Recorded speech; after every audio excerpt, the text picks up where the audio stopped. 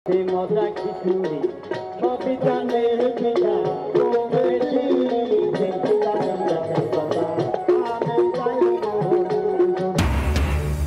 বছর বিদায় চৈত্র সংক্রান্তি, বাংলা নববর্ষের শেষ মুহূর্তের প্রস্তুতি, সাংহাই উৎসবে মাতোয়ারা পাহাড়, ফাগুয়ায় মাতলেন চা শ্রমিকরা। পহেলা বৈশাখ সম্প্রীতির প্রতীক, দলমত নির্বিশেষে সবাইকে উদযাপনের আহ্বান প্রধান উপদেষ্টার। বৌদ্ধ বিহারে সম্প্রীতি ভবনের ভিত্তি স্থাপন। ঢাকা বিশ্ববিদ্যালয়ের ব্যবসায় শিক্ষা ইউনিটের ভর্তি পরীক্ষা নতুন করে নিতে চায় কর্তৃপক্ষ, জানালেন আইনজীবী। হাইকোর্টের রিট আবেদনের শুনানি আজ। এবং ঢাকা যেন তারের জঞ্জাল, বৈদ্যুতিক খুঁটি থেকে অলিগলি ঝুলছে সবখানে, হারাচ্ছে সৌন্দর্য, বাড়ছে দুর্ঘটনার ঝুঁকি, অন্যের ঘাড়ে দায় চাপিয়ে নির্বিকার কর্তৃপক্ষ।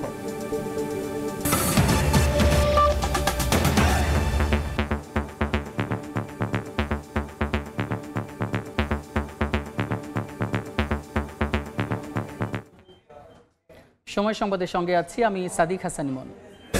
চৈত্র সংক্রান্তির মধ্য দিয়ে বিদায় নিচ্ছে পুরনো বছর। এদিকে বর্ণিল আয়োজনে বাংলা নববর্ষ বরণে নেওয়া হচ্ছে নানা প্রস্তুতি। বিস্তারিত জানাতে শিল্পকলা একাডেমিতে আছেন সহকর্মী মামুনুর রশিদ পনেল এবং ঢাকা বিশ্ববিদ্যালয়ের চারুকলায় আছেন উম্মে হানি। সরাসরি শুরুতেই যাচ্ছি পনেলের কাছে। পনেল,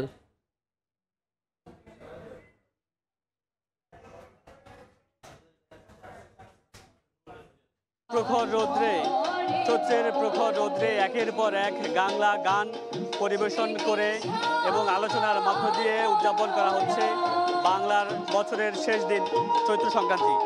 এই উৎসব যাদেরকে ঘিরে কেন্দ্র করে, অর্থাৎ বাংলার কৃষি এবং বাংলার কৃষক, সেটি সকাল থেকে এই উদযাপনের কেন্দ্রবিন্দুতে রয়েছে। দেশের বিভিন্ন প্রান্ত থেকে একের পর এক বিভিন্ন প্রান্ত থেকে কৃষকরা এসেছেন। তারা তাদের নিজেদের লেখা গান, অর্থাৎ তারা যে চাষবাস করেন, যে ধান বীজ নিয়ে তারা বিভিন্ন ধরনের গান লিখেছেন, সেই নিজেদের লেখা গানগুলো তারা পরিবেশন করেছেন। এছাড়া কুষ্টিয়া, লালন, আখড়া থেকে বিভিন্ন বাউল সাধকরা এসেছেন, তারাও যে গানগুলো পরিবেশন করেছেন সেগুলোরও কেন্দ্রে ছিল বাংলা কৃষি, বাংলা চাষবাসের পদ্ধতি এবং আবাহমান বাংলার সংস্কৃতি।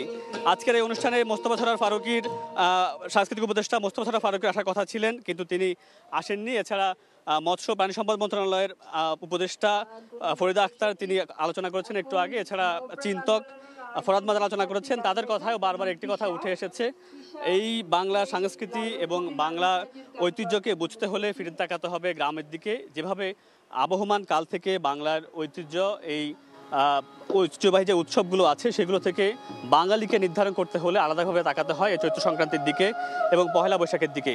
কারণ এই উৎসব অসাম্প্রদায়িকতার বার্তা দেয়। এই উৎসব পেছনে ফেলে আসা জরা, অন্ধকার, বেদনা সবকিছু পেছনে ফেলে নতুন দিনের আহ্বানের কথা বলতে চায়। শুধুমাত্র এই বছর নয়, শুধুমাত্র একটি মাস নয়, সকল ক্ষেত্রে, জীবনের সকল ক্ষেত্রে সেটি উৎসবের ক্ষেত্রে যেমন একটি বার্তা দেয়, তেমনি জীবনের সকল ক্ষেত্রে আনন্দ উদযাপনের একটি বার্তা দিয়ে থাকে এই চৈত্র সংক্রান্তি এবং পহেলা বৈশাখ। আজকে সকালে 9টায় যে অনুষ্ঠান শুরু হয়েছিল গান পরিবেশনের মাধ্যমে, সেই উৎসব এখনও চলছে এবং আজকে সারাদিনব্যাপী বিভিন্ন ধরনের শিল্পীর, লালন শিল্পীর, বাউল শিল্পীরা দেশের বিভিন্ন প্রান্ত থেকে যারা এসেছেন তাদের পরিবেশনার মাধ্যমে এই উৎসব পালিত হবে এবং এর মাঝে মাঝে আগত অতিথিরা বক্তব্য দিবেন। আরেকটি বিষয় বলে রাখি যে প্রচলিতভাবে গ্রামে যেভাবে পয়লা বৈশাখ কিংবা চৈত্র সংক্রান্তি যেভাবে উদযাপন করা হয়, সেই ধারা আজকে এখানে ফেলার একটি চেষ্টা করা হয়েছে। কারণ গ্রামে সাধারণত চৈত্র সংক্রান্তিতে কৃষকরা এবং গ্রামীণ মানুষরা এই দিনে আমিষ পরিহার করেন। সেই ধারা অব্যাহত রাখতে আজকের এই দিনে এখানে যারা আমন্ত্রিত অতিথিরা আছেন এবং শিল্পীরা আছেন তাদের ভোজনের জন্য দুপুরবেলায় 11 প্রকার শাকের ব্যবস্থা করা হয়েছে, তাদের খাবে। এছাড়া বাংলার হস্তশিল্পের বিভিন্ন ধরনের মাটির তৈরি হাঁড়ি, পাতিল এবং কি বাংলা যে ধরনের পণ্যগুলো বাংলা ঐতিহ্যকে প্রতিস্থাপন করে, তুলে ধরে, সেগুলো যাতে হারিয়ে না যায় সেগুলো তুলে ধরা হয়েছে শিল্পকলার মাঠের চারপাশে বিভিন্ন স্টলে। এইভাবে বাংলার গ্রামীণ অভিজাত্যকে এবং বাংলার বিভিন্ন ধরনের গান পরিবেশনের মাধ্যমে শিল্পকলায় আজকের এই বছরের শেষ দিন চৈত্র সংক্রান্তি উদযাপন করা হচ্ছে শিল্পকলা একাডেমিতে। এই মুহূর্তে রাজধানী ঢাকা বিশ্ববিদ্যালয়ে আছেন রিপোর্টার উম্মে হানি, সরাসরি যাচ্ছি তার কাছে। মাত্র কিছু সময়ের বাকি, এরপরেই কিন্তু পুরনো বছরের গ্লানি ভুলে রঙে আনন্দে এবং উৎসবে কিন্তু নতুন বছরকে বরণ করে নেবে সবাই। এবং সেই উৎসবকে বরণ করে নিতেই কিন্তু ঢাকা বিশ্ববিদ্যালয়ের চারুকলা অনুষদে কিন্তু চলছে শেষ মুহূর্তের প্রস্তুতি, এবং সেই প্রস্তুতিকে সামনে রেখে কিন্তু চলছে শেষ মুহূর্তে রং তুলির আঁচড় সহ অবকাঠামোর দাঁড় করানোর কাজ। এবং এখানে যারা কাজ করছেন তারা কিন্তু বলছেন যে রাতের মধ্যেই সব অবকাঠামোগুলো রং করার কাজ সম্পূর্ণভাবে শেষ করবেন তারা।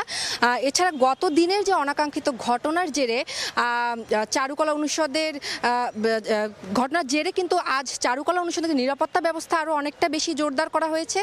এবং আমরা সকাল থেকেই কিন্তু দেখতে পাচ্ছি যে আইন শৃঙ্খলা রক্ষাকারী বাহিনী কিন্তু সদস্যরা বারবার এসে মহড়া দিচ্ছেন। এবং আরেকটি বিষয় বলা যায় যে পহেলা বৈশাখে যে উৎসবের রং সেটিকে আসলে ফুটিয়ে তুলতে শোভাযাত্রার জন্য যে তৈরি করা হচ্ছিল যে বর্ণিল মুখোশ, সেগুলো কিন্তু শিক্ষার্থীরাই বানাচ্ছেন। এবং এছাড়া কিন্তু তারা তাদের যে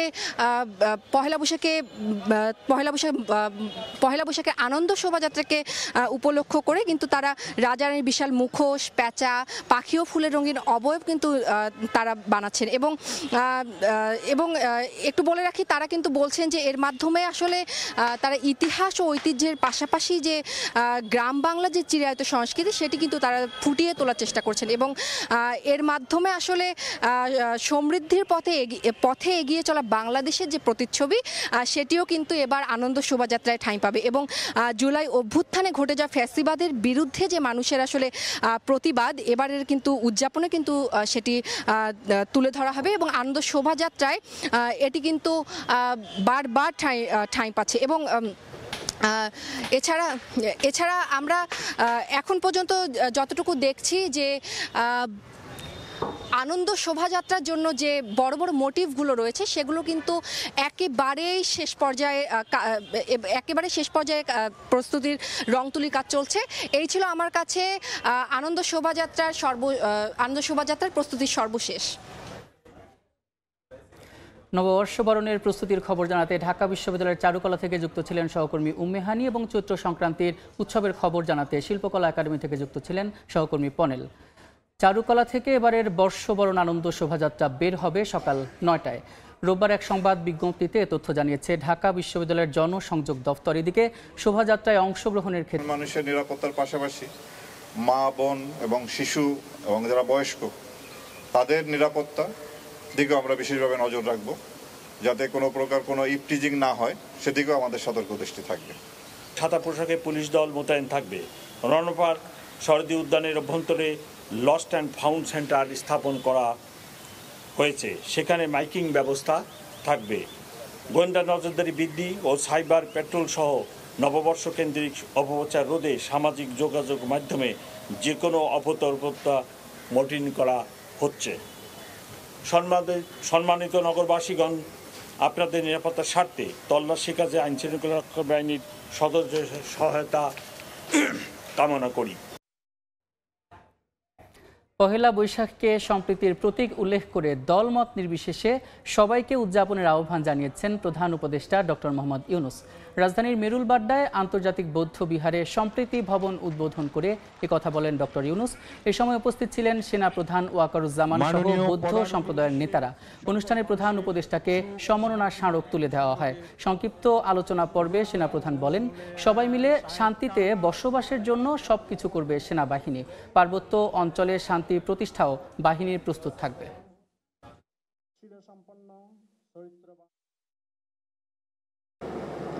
আগামীকাল পহেলা বৈশাখ আমাদের এই সম্প্রীতির অন্যতম প্রতীক। প্রত্যেকে নিজ নিজ উপায়ে নিজেদের রীতি অনুযায়ী আগামীকালকে উদযাপন করব। আমরা সবাই সার্বজনীন এই উৎসবে অংশ নেব। আজকে আমি যেখানে আছি, এই আন্তর্জাতিক বৌদ্ধবিহার বাংলাদেশের সাম্প্রদায়িক সম্প্রীতির অন্যতম নিদর্শন হোক। প্রতিষ্ঠার পর থেকে এটি বৌদ্ধ ধর্মাবলম্বী সহ বাংলাদেশের জাতীয় স্বার্থ সংশ্লিষ্ট বিষয়ে গুরুত্বপূর্ণ ভূমিকা পালন করে আসছে। বর্ষবরণ ঘিরে পাহাড়ি জনপদ এখন উৎসবের অঞ্চল। তিন পার্বত্য জেলায় চলছে বর্ষবরণের আয়োজন। সম্প্রীতির বন্ধন জোরালো করতে উৎসবে মেতেছেন ক্ষুদ্র নৃগোষ্ঠীর সদস্যরা। পূর্ব আকাশে ঝলমলে সূর্য, শহরে গুরুত্বপূর্ণ সড়কে ঐতিহ্যবাহী পোশাক পরে এক কাতারে মারমা সম্প্রদায়। পরে বাদ্যের তালে শুরু হয় বর্ণাঢ্য শোভাযাত্রা। পুরনো বছরকে বিদায় আর নতুন বছরকে স্বাগত জানাতে এবারও বান্দরবানে রয়েছে 7 দিন ব্যাপী বর্ণিল আয়োজন। এই র্যালির মাধ্যমে আমরা টাঙ্গাইলকে আরো নতুন পুরনো বছরকে বিদায় দিয়ে নতুন বছরকে আমন্ত্রণ করব। 2025-এ এসে যে আনন্দ অনুভূতি হচ্ছে, খুব ভালো লাগছে আমার। বছরে একবার সানরাইজ আসছে আর রিলিতে বের হয়ে সবার সাথে একসাথে বের হতে পারতেছি, সবার সাথে দেখা হচ্ছে। এদিকে চৈত্রের ভোরে চেঙ্গি নদীর জলে ফুল ভাসিয়ে পরিবার ও জাতির জন্য মঙ্গল কামনা করেন খাগড়াছড়ির ত্রিপুরা সম্প্রদায়। বেলা বাড়ার সঙ্গে সঙ্গে নদী তীরে ঢল নামে মানুষের। 3 দিনের উৎসবের প্রথম দিনের এই আনুষ্ঠানিকতাকে বলা হয় ফুলবিজু। আর বিজু উৎসবের দ্বিতীয় দিনে ঘরে ঘরে অতিথি আপ্যায়নে ব্যস্ত চাকমা জনগোষ্ঠী। 100 ধরনের সবজি কেটে ধুয়ে রান্না করা হয় পাচন। খাবার হাতে আড্ডায় উৎসব আনন্দে মাতেন সব বয়সীরা।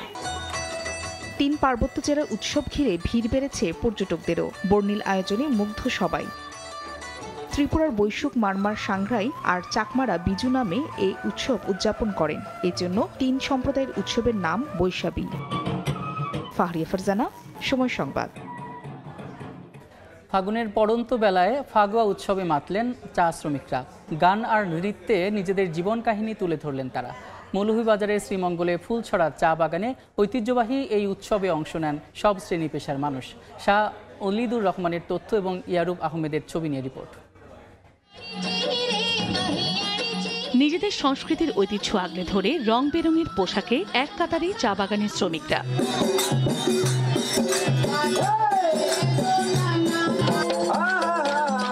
ফুলছড়া চা বাগান মাঠে ফাগুনের পড়ন্ত বেলায় হয়ে গেল ঐতিহ্যবাহী ফাগুয়া উৎসব। ফাগুয়া বন্ধনে নাচ গানে মেতে ওঠেন এখানকার বাসিন্দারা। সনাতন ধর্মমতে ফাল্গুনের পূর্ণিমা তিথিতে একসময় শ্রীকৃষ্ণ, রাধা ও তার ভক্ত গোপিনীরা নানা রঙের হোলি ছিটিয়ে একে অপরকে রাঙিয়ে তুলতেন। সেই থেকে পালিত হয়ে আসছে এই উৎসব। সুন্দর অনুষ্ঠান হচ্ছে এবং আমরা খুবই আনন্দিত। উৎসবের মাধ্যমে আমাদের বিভিন্ন সম্প্রদায় তার ঐতিহ্যকে ধরে রাখতে পারে। আয়োজকরা জানান আগামীতে আরো বড় আকারে এই উৎসব পালিত হবে। সংস্কৃতি মন্ত্রণালয় এই উৎসবকে সফল করতে সহায়তা করেছে বলে জানান জেলা প্রশাসক। হোলি উৎসবের মাধ্যমে নিজেদেরকে একটা মিলন মেলায় পরিণত করি এবং সবার সাথে মিলনের একটা আস্বাদন তৈরি হয়। ইনক্লুসিভ বাংলাদেশ গড়ার যে আমরা স্বপ্ন দেখি, সেই স্বপ্নটাকেই আসলে একটা বাস্তবায়নের রূপ দেখা যাচ্ছে। এখানে আমাদের জেলা প্রশাসন, উপজেলা প্রশাসন, ফাগুয়া উদযাপন উৎসব পরিষদ যারা আছে তারা সম্মিলিতভাবে অ্যারেঞ্জমেন্ট করছে। সংস্কৃতি বিষয়ক মন্ত্রণালয় তারা অর্থায়ন করছে। 2019 সালে শ্রীমঙ্গল চা বাগান ফুলছড়া মাঠে প্রথম ফাগুয়া উৎসব উদযাপিত হয়। সময় সংবাদ, মৌলভীবাজার। বাংলার নববর্ষ ঘিরে নতুন বছরে হিসাবে নতুন খাতা খুলবেন ব্যবসায়ীরা। হালখাতায় চলছে নানা প্রস্তুতি। বিস্তারিত জানাতে বরিশাল থেকে যুক্ত হচ্ছেন সহকর্মী অপূর্ব। অপু, চৈত্র মাসের আর শেষ দিন চৈত্র সংক্রান্তি। আগামীকাল বাংলা নববর্ষের প্রথম দিন। আর এই নববর্ষের আরেকটি অনুষঙ্গ রয়েছে, জানেন যে হালখাতা, শুভ হালখাতা। এইটি আসলে ব্যবসায়ীরা সাধারণত করে থাকেন। আর আমি আছি শহরের ব্যবসায়ী পাড়ায়, বরিশাল শহরের চকবাজার এলাকা, কাঠপট্টি এলাকায়। এই জায়গাটিতে আমরা এখন দেখছি যে দোকানপাটগুলো রয়েছে শেষ মুহূর্তের একেবারে ধোয়া মোছার কাজটি করছে। যেহেতু আগামীকালকে বছরের প্রথম দিন হালখাতা করা হবে, সেই হালখাতার জন্য প্রস্তুতি পর্ব চলছে এই মুহূর্তে। প্রায় প্রতিটি দোকানেই আমরা দেখছি, যতগুলো দোকানে আমরা ঘুরছি প্রত্যেকটিতেই রয়েছে। এবং বিভিন্ন জায়গায় কিন্তু হালখাতার জন্য যে লাল বাঁধানো যে খাতাগুলো রয়েছে সেগুলো বিক্রির জন্য এখানে ব্যবসায়ীরা রেখেছেন।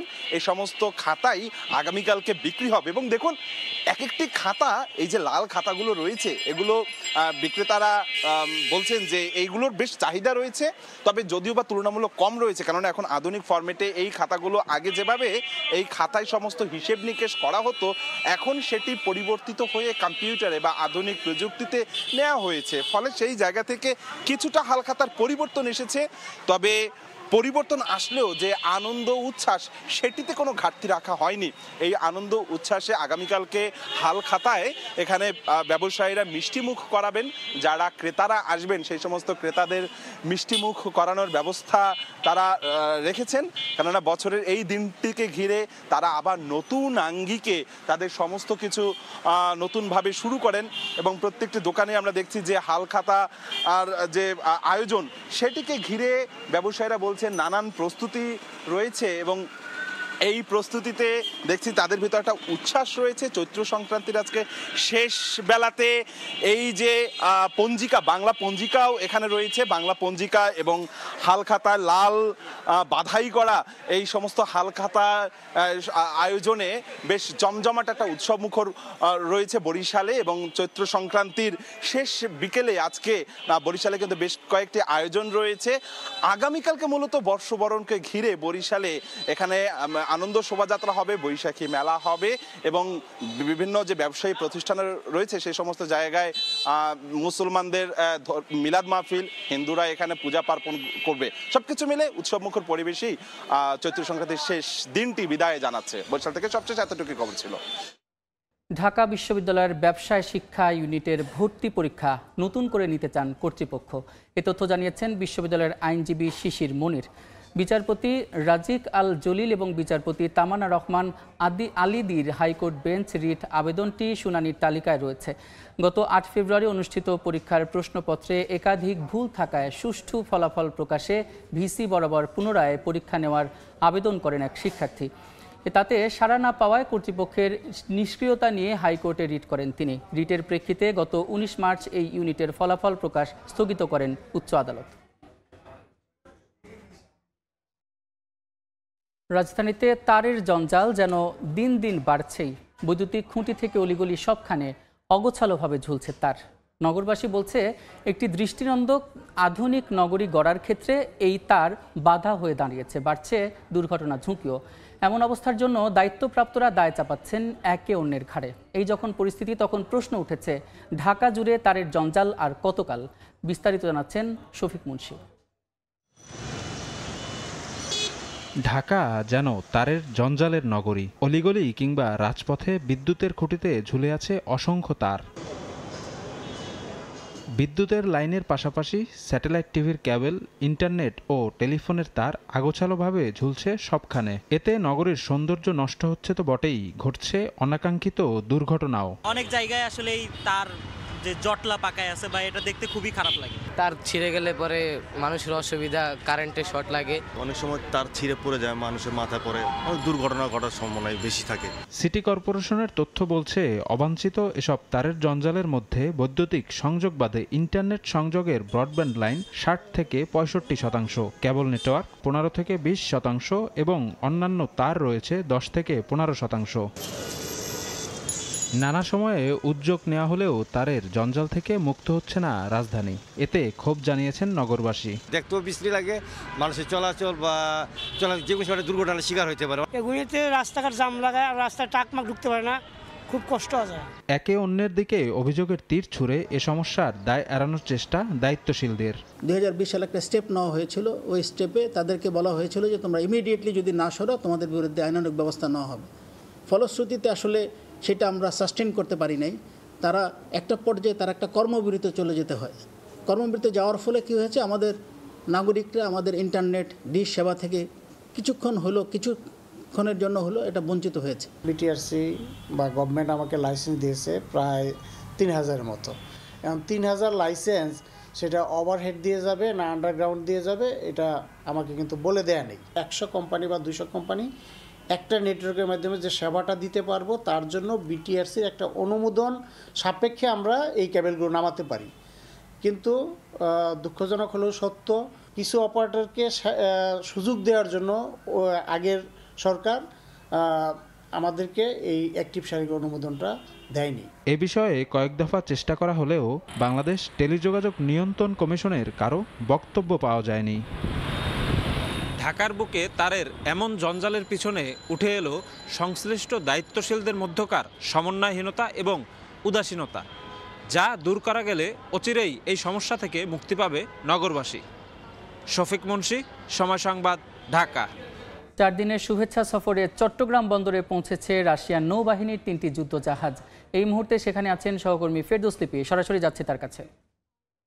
লিপি, নৌবাহিনীর যুদ্ধজাহাজ যেটা 12টার কিছুর পর চট্টগ্রাম বন্দর চ্যানেলে প্রবেশ করে এবং এখন কিন্তু সেই যুদ্ধজাহাজগুলো চট্টগ্রাম যে বন্দরের পতেঙ্গা কন্টেনার টার্মিনাল আছে সেই কন্টেনার টার্মিনালে নোঙর করছে, আপনারা দেখতে পাচ্ছেন। এবং এই যুদ্ধজাহাজ 4 দিনের সফরে কিন্তু চট্টগ্রাম বন্দরে এসে পৌঁছলো এবং এখনো পর্যন্ত আমরা যেটা দেখতে পাচ্ছি নৌবাহিনীর ঊর্ধ্বতন যে কর্মকর্তারা তারা কিন্তু এখানে এসেছেন যে যুদ্ধজাহাজ তাকে স্বাগত জানানোর জন্য। পাশাপাশি যে রুশ এমবেসির যিনি দায়িত্বে রয়েছেন তিনিও কিন্তু এখানে উপস্থিত আছেন এবং শুভেচ্ছা সফরে থাকা অবস্থায় এই রুশ যুদ্ধজাহাজে যারা অধিনায়করা আছেন, যারা নাবিকরা আছেন, তারা কিন্তু চট্টগ্রামে বেশ কিছু কর্মসূচিতে অংশ নেবে। বিশেষ করে বাংলাদেশ নৌবাহিনীর যে ঘাঁটিগুলো আছে সেই ঘাঁটিগুলো তারা পরিদর্শন করবে, জাহাজগুলো পরিদর্শন করবে।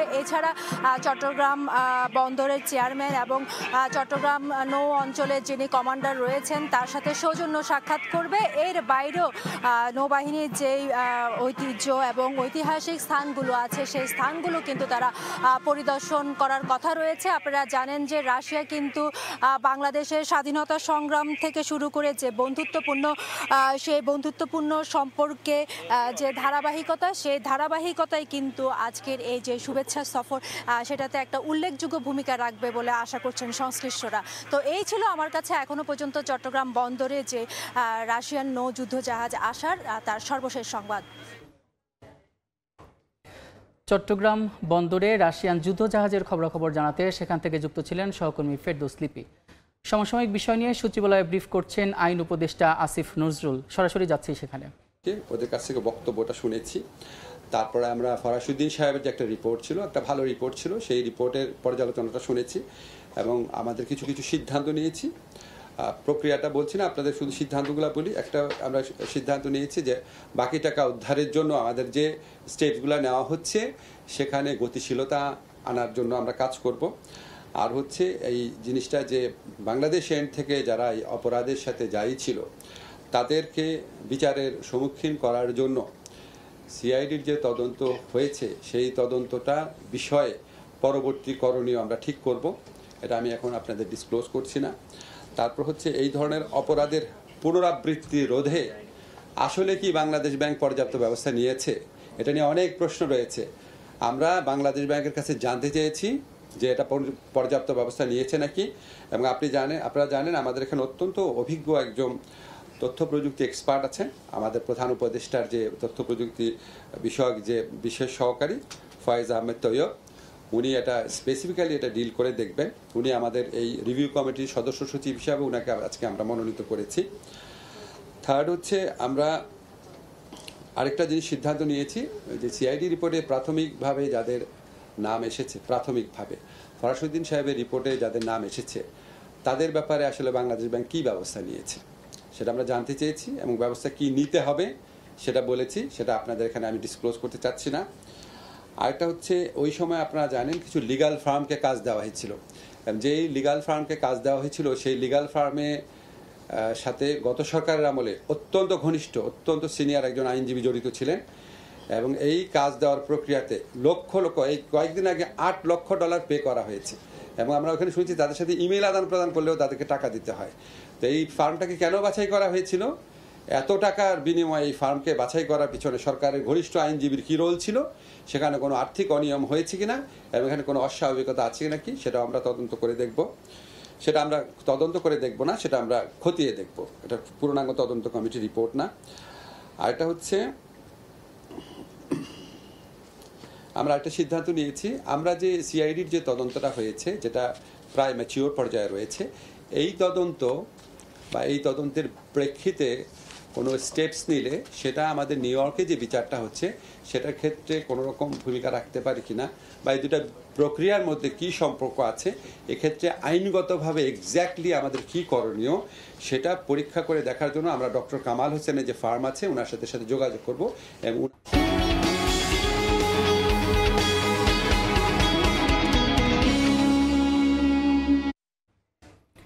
1% হিস্সা না দিলেও পৌর কর হিসেবে চট্টগ্রাম সিটি কর্পোরেশনকে বছরে 55 কোটি টাকা থেকে বাড়িয়ে 100 কোটি দেওয়ার সিদ্ধান্ত নিয়েছে চট্টগ্রাম বন্দর কর্তৃপক্ষ। নৌপরিবহন মন্ত্রণালয় থেকে সম্মতি পাওয়ার পর এই সিদ্ধান্ত নেওয়া হয়েছে। বাড়তি পাওয়া অর্থ শিক্ষা এবং স্বাস্থ্যের পাশাপাশি নগরবাসীর বিনোদনে ব্যবহার করা হবে বলে জানিয়েছে সিটি মেয়র। শাখাওয়াত টিপুর ক্যামেরায় বিস্তারিত জানাচ্ছেন কমল দেব।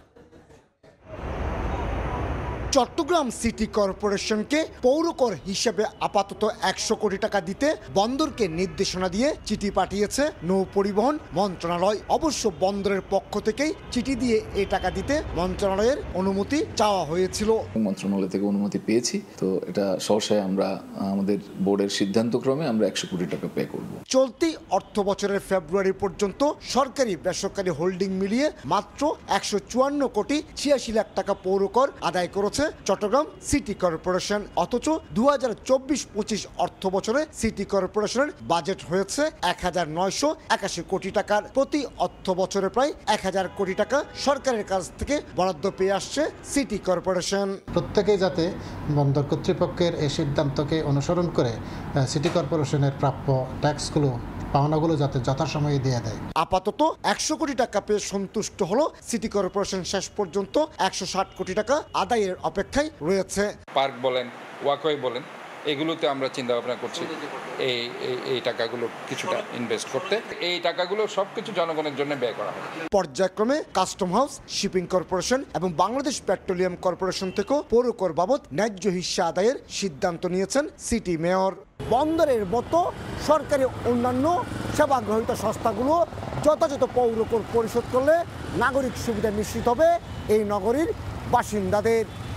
কমল দে, সময় সংবাদ। দেখছেন সময় সংবাদ। এবার খেলার খবর। নারী বিশ্বকাপ কোয়ালিফায়ারে নিজেদের দ্বিতীয় ম্যাচে আয়ারল্যান্ডের মুখোমুখি হবে বাংলাদেশ নারী দল। গাদ্দাফি স্টেডিয়ামে ম্যাচটি মাঠে গড়াবে বাংলাদেশ সময় বিকেল 3টায়। প্রথম ম্যাচে রেকর্ড জয়ে দারুণ ছন্দে আছে টাইগ্রেস। গত ম্যাচে 126 স্ট্রাইক রেটে ব্যাট করা টাইগ্রেস ক্যাপ্টেন নিগার সুলতানা জ্যোতির ওপর এই ম্যাচেও থাকবে গুরু দায়িত্ব। আইরিশদেরও হালকাভাবে নেওয়ার সুযোগ নেই। রানের মাঝে আছেন তাদের দুই ব্যাটার গ্যারি লুইস এবং অ্যামি হান্টার। এই ছিল সময় সংবাদে, সঙ্গে থাকুন সময়।